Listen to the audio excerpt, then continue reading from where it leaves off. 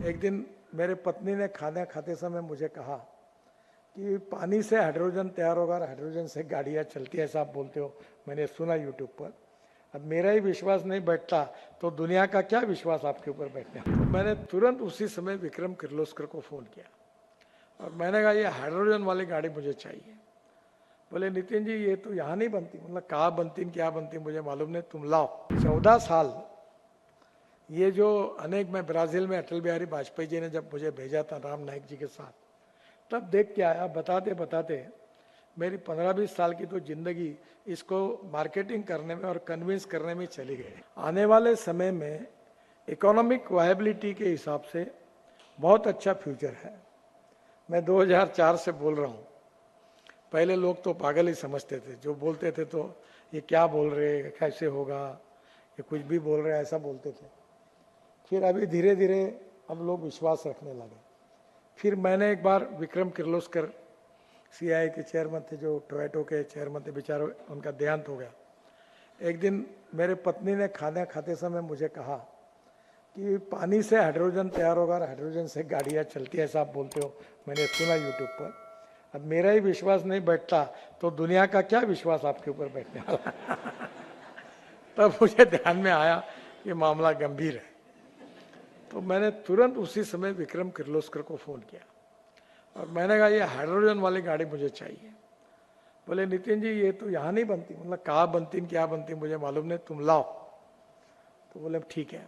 तो उन्होंने वो मेरी गाड़ी ला के दी। अब फ्लेक्स इंजन की नागपुर में, और मैं प्रचार करता हूँ कि देखो ये चल सकता है, क्योंकि आउट ऑफ बॉक्स किसी बात पर विश्वास रखने के लिए सिस्टम में भी लोग तैयार नहीं होते और बाहर के भी लोग तैयार नहीं होते। उसको समय लगता है। अब सबको पता चल गया, अभी मुझे कोई कन्विंस करने की जरूरत नहीं है। पर ये 14 साल ये जो अनेक, मैं ब्राज़ील में अटल बिहारी वाजपेयी जी ने जब मुझे भेजा था राम नाईक जी के साथ, तब देख के आया। बताते बताते मेरी 15-20 साल की तो जिंदगी इसको मार्केटिंग करने में और कन्विंस करने में चली गई। तो ये आज वो स्थिति नहीं रही। आज सीआईआई वालों तो ज़्यादा होशियार लोग हैं, बिजनेस में काम करते हैं, उनको बराबर समझता है कि कहाँ पैसा है कहाँ नहीं है। आप जैसे कौन, इससे अच्छे कौन होंगे कि आप तो स्मेल से जान लेते इकोनॉमिक वायबिलिटी कहाँ है। आपको समझाने की आवश्यकता नहीं है। अब धीरे धीरे लोगों को ध्यान में आया। और मैं इसलिए कहता हूँ कि देश का प्रदूषण नष्ट हो वगैरह ये काम हमारा है, हम करेंगे। वो तो आप करते हैं तो अच्छी बात है, पर इकोनॉमिक वायबिलिटी है। 22 लाख करोड़ का इंपोर्ट है। कितनी कोशिश करोगे तो कभी ये, अभी मुझे लोग पूछते हैं तुम इलेक्ट्रिक की भी बात करते, इथेनॉल की बात करते, मिथेनॉल की बात करते, सीएनजी की बात करते, हाइड्रोजन की बात करते हैं। तो मैंने उनको कहा इसका सही उत्तर बताऊं, इतना सब होने के बाद में भी ये इंपोर्ट कितना कम होगा अभी भी मुझे डर लगता है। यानी इतना पटक पटक के भी बायोफ्यूल की इकोनॉमी अभी भी 2 लाख करोड़ के ऊपर नहीं गई और इंपोर्ट है 22 लाख करोड़ का, यानी 11 गुना है। और इतना कितना भी हम करेंगे तो भी ह्यूज पोटेंशियल है। डिमांड एंड सप्लाई के इसमें डिमांड बहुत ज़्यादा है और आपका जो अल्टरनेटिव प्रोडक्ट है वो सस्ता है, पोल्यूशन फ्री है, इंडिजिनियस है, किसानों के लिए हेल्पफुल है, युवाओं को रोजगार देने वाला है और देश की ग्रोथ को बढ़ाने वाला है और आपको कमाई देने वाला है। तो ये मुझे लगता है ये विन विन सिचुएशन है। और इसलिए अलग अलग इसमें 3 सेक्टर में आप इसका थोड़ा और डिटेल अध्ययन करिए।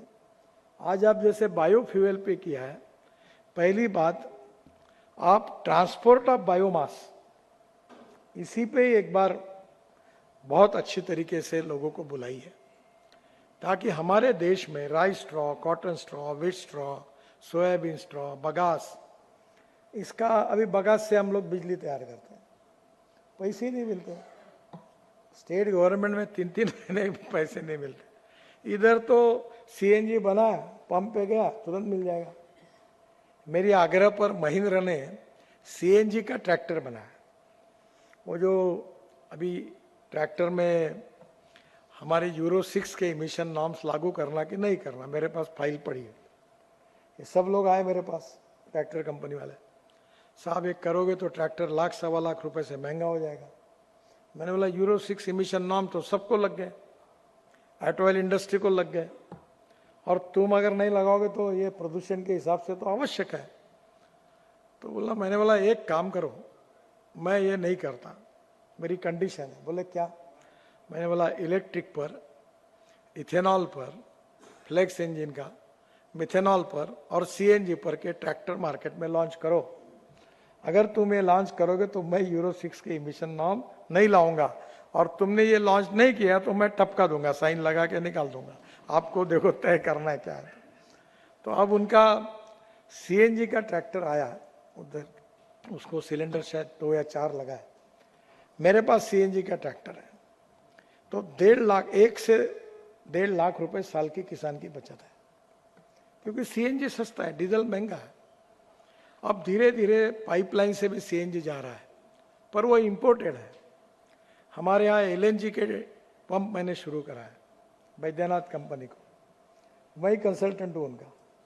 और जब पंप शुरू किए तो अभी उनके 5 हो गए, अभी ग्वालियर में जा रहे, सब रोड पे डाल रहे वो। और फिर मैंने उनको कहा तुम्हारी एनबीएफसी है लहा, मैंने बोला तुम एक काम करो, तुम 500 ट्रक वालों से कांटेक्ट करके एलएनजी के ट्रक का कॉन्ट्रैक्ट करो, और इधर तुम अपना फाइनेंस कर दो। तो उन्होंने अभी आयशर वोल्वो के साथ जॉइंट वेंचर किया और 250 ट्रक खरीद लिए, और वहाँ उनके यहाँ अभी 2 पंप बढ़िया चल रहे हैं, अच्छी कमाई हो रही। और एलएनजी में 100 रुपये का डीजल जहाँ लगता है, वहाँ 40 रुपये का एलएनजी लगता है और 50 रुपये का सीएनजी लगता है। तो लॉजिस्टिक कॉस्ट वर्ल्ड में हमारी हाईएस्ट है, 14% है। और मेरा विश्वास है कि जिस दिन रोड अच्छे बन रहे हैं उस दिन फ्यूल भी चेंज हो गई, इलेक्ट्रिक, सीएनजी, एलएनजी और इथेनॉल ये आ जाएगी। और मुझे लगता है कि निश्चित रूप से आने वाले समय में हमारी लॉजिस्टिक कॉस्ट 9% पे आ जाएगी, सिंगल डिजिट पर, क्योंकि फ्यूल में एकदम कॉस्ट डिफरेंस है।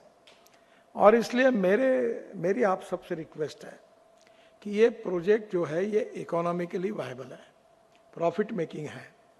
ये बात अलग है कि देश के प्रदूषण को कम करता है, किसानों को फायदा करता है, ये सब बातें हैं, ये हमारे लिए भी महत्वपूर्ण, आपके लिए भी है।